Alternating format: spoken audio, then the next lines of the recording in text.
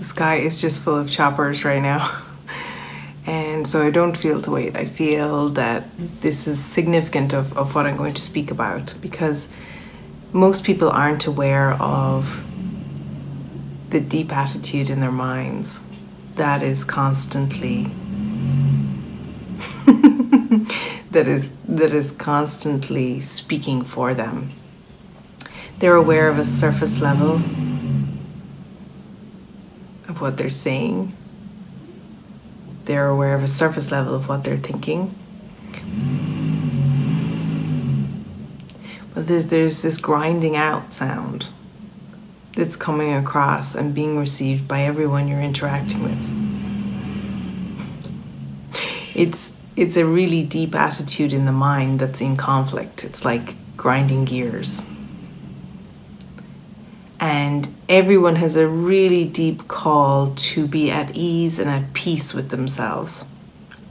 Whether this is anything spiritual in their mind or not, doesn't really matter. There's a desire to not simply be revving your engine and stalled. And when you rev your engine and you're stalled by having a conflict deep in your mind that you're not even aware of, and then your responsibility is to bring it to awareness, to allow it to come, to invite it. Some people describe it as like talking to your subconscious and saying, what is it? What's really bothering you? All it really is an allowance to give permission to conflicting thoughts, beliefs, and desires to come to the surface and be seen.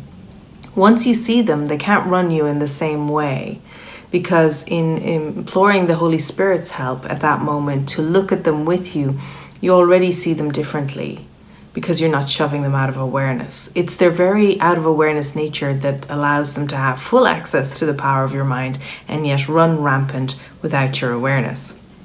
So, how do we do this? Practically speaking, how do we become aware of the deep attitudes in our mind that are puppeting us and speaking for us and interfering with every day and every moment that could potentially be soft and peaceful for you? So we're talking about noticing when even in form everything is going right. This grinding, irritating, low-level gnawing, despair, grievance, anger, desire for retribution that's grinding away. Well, first of all, you want to allow yourself to take some spaciousness on a constant basis to get in touch with how you feel, how you actually feel. Not just, yeah, and you notice the high-pitched voice on a daily basis. Oh yeah, I feel good, yeah, it's all good, it's all good, it's all good, G. It's like, no, you want to really get in touch with and just below that, there's this really creepy feeling of dis-ease that's going on. There's this low-level dissatisfaction that, you know, this is a lovely barbecue, but something, I don't feel good. Instead of taking a second drink, third or fourth drink, or some magic mushrooms, or smoking a joint. These are the things that people do, or deciding that they'll just leave early and go for that run. That's what will make them feel better.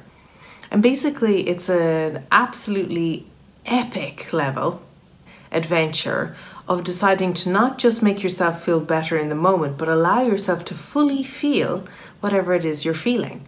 And it's so important, because if this is out of awareness, and yet, this is the important part, can be felt by, you know, brothers and sisters on the pathway, or, you know, friends who know you a long time, this disease is felt and experienced by them, definitely by your partner. It's where all those nitpicking little arguments come from, that you're like, but what did I do? What did I do? I'm doing nothing over here. Well, it's probably something deep in your attitude is speaking forth, and there's this subconscious reaction going on. The thing is, the realm of consciousness is all the realm of the ego, whether it's subconscious or conscious. The only ones that you can do anything about, though, is what you allow yourself, the one you experience yourself, to become aware of. So you want to go from taking that very tip of the iceberg that you're aware of and allowing the other 90% to start to reveal itself. The fear is there's something down there that I've forgotten about, that I really did that's really bad, or that I'm really unlovable, there's a problem. And that's why we're keeping this surface level like this. But if you're brave enough to allow it to awareness, to allow this peak to come in, to almost seem like it takes over this identity of, yeah, I'm good with everything that you had before, you'll start to be able to question it, and then it will melt.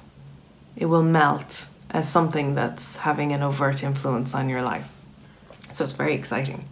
So, in short, you have a base attitude in your mind which is speaking. It's the one that's aware of 100% of everything that is within your self-concept, what you're for and what you're against, at every level. At every level, whether you think it's your inner child is for or against something, whether you think it's the malevolent dictator inside you that is for or against something, all the little aspects of your seeming sense of self within your personality, within your self-concept, within your way of being in the world that is not in harmony needs to be brought to awareness. And there's two ways this happens. You seem to have an external drama, or you seem to have an internal low-level anxiety or high-level anxiety that keeps manifesting, that keeps being experienced within what you experience as your life. Either way, whether it's external seemingly or an internal within the self-concept experience, it's for you. It's just an invitation. It's not an admonishment that you've done something wrong. It's an invitation to go, wow, you don't feel good. Yeah. Would you like to feel good? Would you like to feel better? And not just momentarily. Would you like to really epically, passionately, and for the rest of your experience of life, feel good, alive, vibrant, lit, passionate? Would you? Because that's what this is an invitation to. So instead of being subjected to, oh no, not more healing, it's like, okay, bring it on. Show me what it is. Take the hand of your closest, mightiest companion. Sit in silence. Take a moment with the Spirit and say, I am tired of running away from this. I am tired of this getting me every morning when I wake up. Within minutes, it's got its hooks into me. I am tired of being puppeted around by a malevolent experience of what I am unaware of. I'm unaware of a conflict deep within my own mind, and I would like to take charge now. I would like to come into full awareness of it. Will you help me, Holy Spirit? Please help me. Holy Spirit's just waiting for this invitation. It's like, I got you. I got you. Spirit is just going to bring, in a way you can accept it, awareness after awareness after awareness to you. In the beginning, they can be a little bit shocking, but then you get on roll with it. It's like, okay, you just take the hit. Like, really? I've been this way and there was no need. I've wasted so much time doing this. Well, you know what? You want to know, because otherwise you're going to be in that pain continuously for another 20 years. So why wait for heaven? Heaven is here now. If that's the invitation, that's what everybody's actually afraid to see. They put everything off. Oh, yeah, in 10 minutes.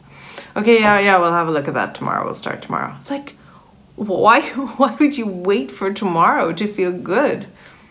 Why would you wait for tomorrow? You know, there's nothing better than actually experiencing a direct conflict that's going on in your mind. It being out of your awareness is not at all a good feeling. Allowing it fully seen and then clearing, oh, it's epic. Because it's better to be facing it than it running you down. And once you face it, it can just clear. And even though it may not have cleared fully for all time, because you may still, have slight resistances and things coming up to being happy, you are at least aware of what it is you're facing and that it is not going to be the death of you if you face it. However, if you push it out of your awareness, it will be a slow, malingering disintegration and a lackluster experience of life. So, who wants that? Nobody. This is your invitation today to take the bull by the horns, have a good look at it, and find out it's really an adorable puppy with a really bad antler set. And that's the invitation this Christmas.